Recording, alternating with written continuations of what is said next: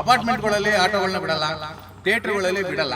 ಒಂದು ಟೈಮಲ್ಲಿ ಥಿಯೇಟ್ರಲ್ಲಿ ಆಟೋಗಳನ್ನ ನಿಂತ್ಕೊಂಡ್ರೆ ಸಿನಿಮಾ ಇಟ್ಟು ಜನರಿಗೆ ಅವರಲ್ಲಿರೋ ಕಲೆ ಆಗಲಿ ಕೆಟ್ಟ ವಿಷಯ ಆಗಲಿ ತುಂಬ ಬೇಗ ರೀಲ್ಸ್ ಮುಖಾಂತರ ಹೋಗುತ್ತೆ. ಆದರೆ ಹೆಣ್ಮಕ್ಳಿಗೆ ಈ ರೀತಿ ಆಗ್ತಿರೋ ಶೋಷಣೆ, ಅನ್ಯಾಯ ಇದು ಬೇಗ ಜನಗಳಿಗೆ ತಲುಪ್ತಾ ಇಲ್ಲ.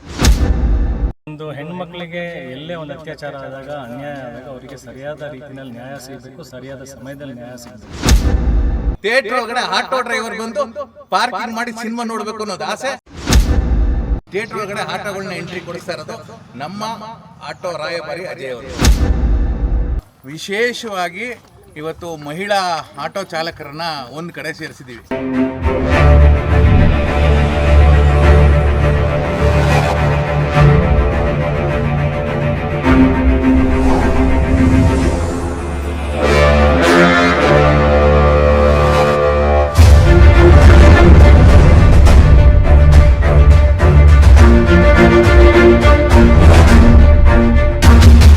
ಆಟೋ ಚಾಲಕರಿಗೆ ರಾಯಭಾರಿ ಆಗಿರುವಂಥ ಅಜಯ್ ರಾವ್ ಅವರು ಒಂದು ಸಿನಿಮಾ ಮಾಡಿದ್ದಾರೆ. ಅವ್ರ ಪ್ರೊಡಕ್ಷನ್ 2ನೇ ಸಿನಿಮಾ. ಮೊದಲು ಕೃಷ್ಣಲೀಲಾ ಅಂತ ಬಂತು, ಇವಾಗ ಯುದ್ಧಕಾಂಡ ಚಾಪ್ಟರ್ 2 ಅಂತ ಬಂದಿದೆ.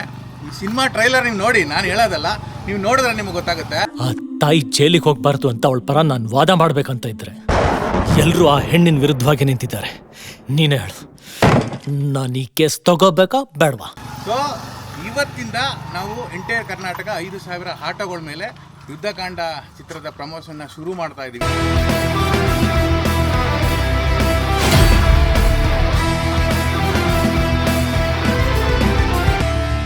ಆಮೇಲೆ ವಿಶೇಷವಾಗಿ ಏನು ಅಂದರೆ, ಅಪಾರ್ಟ್ಮೆಂಟ್ಗಳಲ್ಲಿ ಆಟೋಗಳನ್ನ ಬಿಡಲ್ಲ, ಥಿಯೇಟ್ರ್ಗಳಲ್ಲಿ ಬಿಡಲ್ಲ. ಒಂದು ಟೈಮಲ್ಲಿ ಥಿಯೇಟ್ರಲ್ಲಿ ಆಟೋಗಳು ನಿಂತ್ಕೊಂಡ್ರೆ ಸಿನಿಮಾ ಇಟ್ಟು, ಇವಾಗ ಸಿನಿಮಾ ಥಿಯೇಟ್ರ್ ಒಳಗಡೆ ಆಟೋಗಳನ್ನ ಬಿಡ್ತಾ ಇಲ್ಲ. 50,000 ರೂಪಾಯಿ ಕಾರ್ ಬಿಡ್ತಾರೆ, 3.5 ಲಕ್ಷ ಆಟೋಗಳನ್ನ ಬಿಡಲ್ಲ. ಸೊ ಹಾಗಾಗಿ ಅಜಯ್ ಅವರ ಆಸೆ ಏನು ಅಂದರೆ, ನಾನು ಆಟೋ ಡ್ರೈವರ್ ರಾಯಭಾರಿ ಆಗಿದ್ದೀನಿ. ಸೊ ನನ್ನ ಮುಖಾಂತರ ಎಲ್ಲ ಅಪಾರ್ಟ್ಮೆಂಟ್ಗಳಲ್ಲೂ ಕೂಡ ಆಟೋ ಎಂಟ್ರಿ ಆಗಬೇಕು, ಥಿಯೇಟ್ರಲ್ಲೂ ಕೂಡ ಆಟೋ ಎಂಟ್ರಿ ಆಗಬೇಕು ಅನ್ನೋ ಒಂದು ಆಸೆ ಇತ್ತು. ಸೊ ಹಾಗಾಗಿ ಇವತ್ತು ಅವ್ರ ಅಪಾರ್ಟ್ಮೆಂಟ್ಗೆ ನಮ್ಮನ್ನೇ ಬಿಟ್ಟಿದ್ದಾರೆ.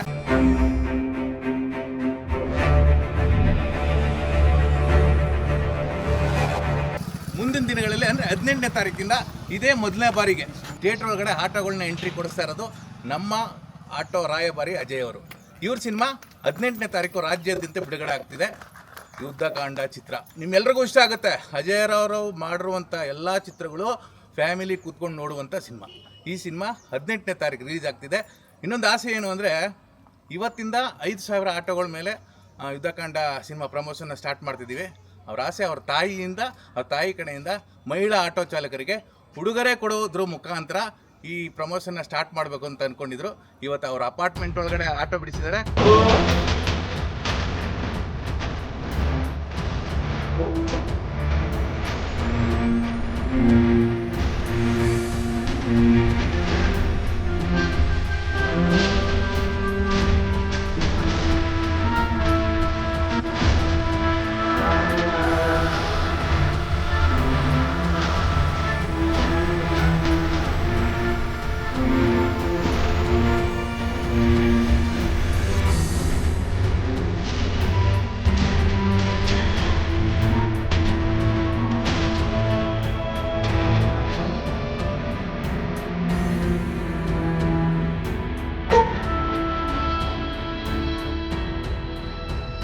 ನನಗೆ ಇಷ್ಟೊಂದು ಸಂಭ್ರಮ ಇವತ್ತು ನಡೀತದೆ ಅಂತ ನನಗೆ ಗೊತ್ತಿರಲಿಲ್ಲ. ಯಾಕಂದರೆ ಎಷ್ಟು ಜನ ಹೆಣ್ಮಕ್ಳು ನೋಡೈತಿ, ನಿಜವಾಗ್ಲೂ ನನಗೆ ಇವತ್ತು ಭಾಳ ಆಶ್ಚರ್ಯ ಆಗಿದೆ, ಭಾಳ ಖುಷಿನೂ ಆಗಿದೆ. ಜೊತೆಗೆ ಏನಂದರೆ ಈ ಸಿನಿಮಾ ಎಲ್ಲರೂ ನೋಡ್ತಿದ್ದಾರೆ, ಅದು ಒಂದು ನನಗೆ ಇವರೆಲ್ಲ ಸಪೋರ್ಟಿಂದ ನನಗೆ ಭಾಳ ತುಂಬ ಹೆಮ್ಮೆ ಅನ್ನಿಸ್ತಾ ಇದೆ. ಯಾವ ಹೆಣ್ಮಕ್ಳೂ ಅವ್ರವ್ರನ್ನ ಕಾಪಾಡ್ಕೊಳ್ಳೋವಂಥ ಶಕ್ತಿ ತಂದೆ ತಾಯಿಯಿಂದನೇ ಕಲಿಬೇಕು. ಅವರು ಯಾರೂ ತಲೆ ತಗ್ಗಿಸ್ಬಾರ್ದು, ಅವ್ರವ್ರು ಕಾಪಾಡ್ಕೊಳ್ಳೋವಂಥ ಶಕ್ತಿ ಅವರು ಬರಬೇಕು ಅಂತ ದೇವರಲ್ಲಿ ಕೇಳ್ಕೊಳ್ತೀನಿ. ಇವತ್ತಿದೊಂದು ನನಗೆ ತುಂಬ ಶುಭ ದಿನ, ನನ್ನ ಮಗ ಅಂಥೇಳಿ ನನಗೆ ತುಂಬ ಹೆಮ್ಮೆ ಕೂಡ ಇದೆ. ಇವತ್ತು ನಮಗೆ ತುಂಬ ಖುಷಿಯಾದ ವಿಚಾರ ಏನು ಅಂತಂದರೆ, ನಮ್ಮ ಅಜಯ್ ರಾವ್ ರಾಯಭಾರಿ ಆಟೋ ರಾಯಭಾರಿ ಅಂತಲೇ ಅವ್ರಿಗೆ ಹೆಸರಿದೆ. ಸೊ ಅವರಿಗೆ ಕೂಡ ರಾಮನವಮಿ ಹಬ್ಬದ ಶುಭಾಶಯಗಳು.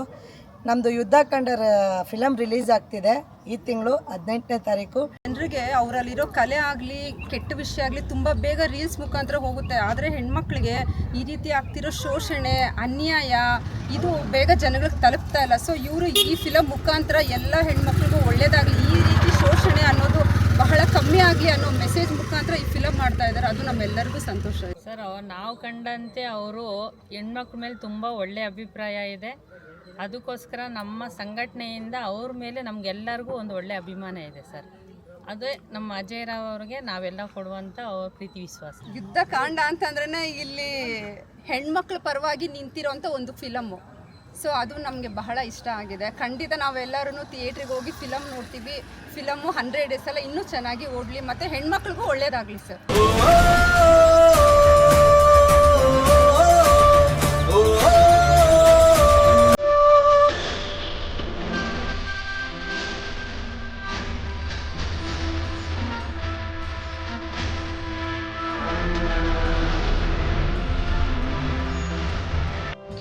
ಇವತ್ತಿಂದ ಯುದ್ಧಕಾಂಡ ಸಿನಿಮಾದ ಆಟೋ ಪಬ್ಲಿಸಿಟಿ ಪ್ರಾರಂಭ ಆಗ್ತಾ ಇದೆ. ನಮ್ಮ ಕನ್ನಡದ ಸಿನಿಮಾದ ನಿಜವಾದ ಅಭಿಮಾನಿಗಳು ಯಾರು ಅಂದರೆ ಆಟೋ ಡ್ರೈವರ್ಸ್ಗಳು. ಆ್ಯಂಡ್ ನಾಗರಾಜ್ ಅವರ ಅಧ್ಯಕ್ಷತೆಯಲ್ಲಿ ಇದುವರೆಗೂ ಸಾಕಷ್ಟು ಕನ್ನಡ ಸಿನಿಮಾಗಳು ಪ್ರಚಾರಗೊಂಡಿದ್ದಾವೆ. ಅವರಿಂದ ಸಾಕಷ್ಟು ಬೆಂಬಲ ಬಂದಿದೆ. ಅವ್ರ ಮುಖಾಂತರ ಎಲ್ಲ ಆಟೋ ಚಾಲಕರ ಸ್ನೇಹಿತರು ಸಿಕ್ಕಾಪಟ್ಟೆ ಸಪೋರ್ಟ್ ಮಾಡಿದ್ದಾರೆ. ಈ ಸಿನಿಮಾದ ವಿಶೇಷತೆ ಏನಪ್ಪ ಅಂದರೆ ಇವರ ಅಧ್ಯಕ್ಷತೆಯಲ್ಲಿ ಜೊತೆಗೆ ಸಾಕಷ್ಟು ಜನ ಇಲ್ಲಿ ಮಹಿಳಾ ಆಟೋ ಚಾಲಕರು ಬಂದು ಸೇರಿದ್ದಾರೆ. ಇದು ಒಂದು ಅದ್ಭುತವಾದಂಥ ಒಂದು ಧೈರ್ಯ ಮತ್ತು ಶಕ್ತಿ ಅಂತ ಹೇಳ್ಬೋದು. ಯಾಕಂದರೆ ಈ ಸಿನಿಮಾ ಹೆಣ್ಮಕ್ಳ ಶಕ್ತಿಯನ್ನು ಪ್ರತಿಬಿಂಬಿಸುವಂಥ ಒಂದು ಸಿನಿಮಾ ಆಗಿರೋದ್ರಿಂದ ಹೆಣ್ಮಕ್ಳು ಆಟೋ ಚಾಲಕರು ಬಂದು ಇದಕ್ಕೊಂದು ಆಶೀರ್ವಾದ ಮಾಡಿರೋದು. ಕೃಷ್ಣನಿಗೆ ಬರೀ ಇಷ್ಟು ಜನ ಹೆಂಡ್ತಿಯಂದ್ರು ಅಂತ ಹೇಳ್ತಾರೆ, ಕೃಷ್ಣನಿಗೆ ಇಷ್ಟು ಜನ ಅಕ್ಕ ತಂಗಿಯಂದರು ಇದ್ದಾರೆ ಅಂತಲೂ ಇದು ತೋರಿಸ್ಕೊಡುವಂಥ ಒಂದು ಸಂಕೇತ. ಎಲ್ಲ ನನ್ನ ಅಕ್ಕ ತಂಗಿಯಂದರಿಗೆ ನನ್ನ ನಮಸ್ಕಾರಗಳನ್ನು ಸಲ್ಲಿಸ್ತಾ ನಿಮ್ಮೆಲ್ಲರ ಆಶೀರ್ವಾದ ಇರಲಿ. ಇಡೀ ಕರ್ನಾಟಕದಂಥ ಸಿನಿಮಾನ ಇವರೆಲ್ಲರೂ ಏನು ತೊಗೊಂಡು ಹೋಗ್ತಾ ಇದ್ದಾರೆ ಆಟೋ ಚಾಲಕರ ಮೂಲಕ ನೀವೆಲ್ಲರೂ ಕೂಡ ಪ್ರೋತ್ಸಾಹಿಸಿ ದೊಡ್ಡ ಮಟ್ಟಕ್ಕೆ ಬೆಳೆಸ್ಬೇಕಂತ ಕೇಳ್ಕೊಳ್ತೀನಿ. ಮತ್ತೊಮ್ಮೆ ನಮ್ಮ ನಾಗರಾಜ್ ಅವರಿಗೆ ತುಂಬ ಹೃದಯದಿಂದ ಧನ್ಯವಾದಗಳು. Thank you.